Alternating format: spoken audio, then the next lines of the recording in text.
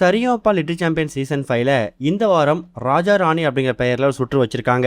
இதுல கீர்த்தி ஷெட்டியும் கௌரி கிஷனும் சீஃப் கெஸ்டா வந்து கலந்துக்கிட்டாங்க. ஒட்டுமொத்த போட்டியாளர்களும் ராஜா ராணி வேஷம் போட்டுக்கிட்டு அப்படி வரக்கூடிய தீம் அடிப்படையில் ஒரு பாடலை பாடியிருக்காங்க. அதுலயும் பழைய கண்டஸ்டன்ஸ் இருக்காங்க இல்லையா, எக்ஸ் கண்டஸ்டன்ஸ், அவங்களும் இந்த சீசன்ல பாடக்கூடிய போட்டியாளரும் கலந்து ஒரு பியூட்டிஃபுல்லான பெர்ஃபார்மன்ஸை கொடுத்துருக்காங்க. அதுல திவினேஷ் அபிஷேகா கூட சேர்ந்து பெர்ஃபார்ம் பண்ணியிருக்காரு. திவினேஷ் லிட்டில் சாம்பியன் சீசன் 4ஓட டைட்டில் வினர் அப்படின்னு நம்ம எல்லாருக்குமே தெரியும். ஆனால் இந்த சீசனோட டைட்டில் வினராக இவங்க தான் வருவாங்க அப்படிங்கிறத நம்ம கெஸ் பண்ணவே முடியல. அதுக்கு ஒரு ஸ்ட்ராங்கான அடித்தளத்தை போட்டுட்டு இருக்கக்கூடியவங்க தான் அபிஷேகா. அபிஷேகோட பெர்ஃபார்மன்ஸ் ஒரு வாரமும் அடி தூள் கிளப்புற மாதிரி தான் இருக்கு. அதுக்கு இந்த வாரமும் அவங்க வந்து குறை வைக்கல. ஏன்னா இந்த வாரம் வைக்கக்கூடிய அந்த ராஜாராணி ரவுண்டில் நினைத்தேன் வந்தாய் 100 வயது அப்படிங்கிற பாட்டில் அபிஷேகாவும் திவினேஷும் ஒன்னா சேர்ந்து பர்ஃபார்மன்ஸ் பண்றாங்க. திவினேஷோட பர்ஃபார்மன்ஸை பார்த்துட்டு ஒட்டுமொத்த அரங்கமும் அதிர்ந்து போயிட்டாங்க. ப்ரொஃபஷனலாக ஒரு பாட்டை பாடணும்னா அது இப்படி தானே நான் பாடணும்னு எஸ்பி சரண் திவினேஷோட பர்ஃபார்மன்ஸை பார்த்துட்டு அப்ளாஸ் கொடுத்துருக்காரு. அதுக்கப்புறமா அபிஷேகோட பர்ஃபார்மன்ஸை பார்த்துட்டு சிங்கர் ஸ்ரீனிவாஸ் என்ன கமெண்ட்ஸ் கொடுத்துருக்காரு தெரியுமா? ஸ்டார் ஆஃப் த சீசன் பட்டம் கொடுத்துருக்காரு.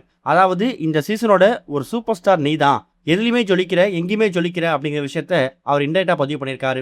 இருந்தாலும் திவினேஷை விட அபிஷேகா பயங்கரமா பெர்ஃபார்மன்ஸ் பண்ணி திவினேஷையே ஓரம் கட்டிட்டாங்களோ அப்படிங்கிற அளவுக்கு தான் இந்த வாரம் அபிஷேகோட பெர்ஃபார்மன்ஸ் இருந்திருக்கு. சொல்ல போனா இந்த வாரம் எப்பவும் போல அபிஷேகா கோல்டன் பெர்ஃபார்மன்ஸ் வாங்கிட்டாங்க.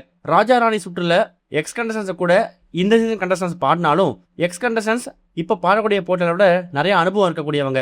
ஆனால் அப்படிப்பட்ட திவினேஷையே அடிச்சு தூள் கலப்புற மாதிரி ஓரம் கட்டுற மாதிரி அபிஷேகா பாடிருக்காங்கல்ல, அந்த ஒரு பர்ஃபார்மன்ஸுக்கு ஈடுனே கிடையாது. சைந்தவி மேமா இருக்கட்டும், ஸ்வேதா மோகனா இருக்கட்டும், இவங்க எல்லாருமே அபிஷேகாவை புகழ்ந்து தள்ளியிருக்காங்க. திவினேஷ் தான் சரிகமபா லிட்டில் சாம்பியன்ஸ்ல பயங்கரம் பாடுவார்னு நினைச்சிட்டு இருந்தோம். ஆனால் திவினேஷே நீங்க ஓரங்கட்ட அளவுக்கு பாடிட்டீங்க அபிஷேகா அப்படிங்கிற மாதிரி ஒட்டுமொத்த அரங்கமும் அறிந்து போற அளவுக்கு ராஜாராணி சுற்றுல அபிஷேகாவுக்கு ஒரு அப்ளாஸ் கிடைச்சிருக்கு. இது அபிஷேகாவோட மைலேஜ் இன்க்ரீஸ் பண்ணும். இது மூலயமா டாப் 10ல டாப் 5ல சீக்கிரமா அபிஷேகா போயிடுவாங்க அப்படிங்கிறது கன்ஃபார்ம் ஆயிருக்கு. இது ஒரு பக்கம் இருக்க, ரஜினிகாந்த் அவர்களோட 173வது படத்தோட இயக்குனரை மறுபடியும் மாத்திட்டாங்களா அப்படிங்கிற மாதிரி ஒரு அதிர்ச்சி தகவல் வெளியே வந்திருக்குது. கமலஹாசனோட ராஜ்கமல் பிலிம்ஸ் இருக்காங்கல்ல, அந்த தயாரிப்புல சூப்பர் ஸ்டார் ரஜினிகாந்த் ஒரு பிரம்மாண்டமாக ஒரு படத்தை நடிக்க போறாரு.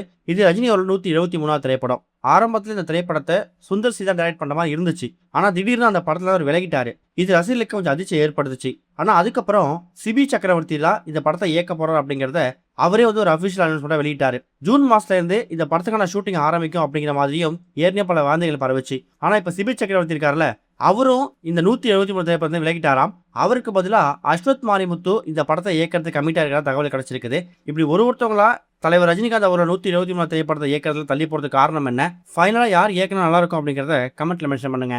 இது வரைக்கும் கனெக்டிங் டிவிக்கு சப்ஸ்கிரைப் பண்ணனா மறக்காம சப்ஸ்கிரைப் பண்ணிக்கங்க. உடனடி அப்டேட்ஸ் பெறுவதற்கு நோட்டிபிகேஷன் பெல்லையும் கிளிக் பண்ணிக்கங்க.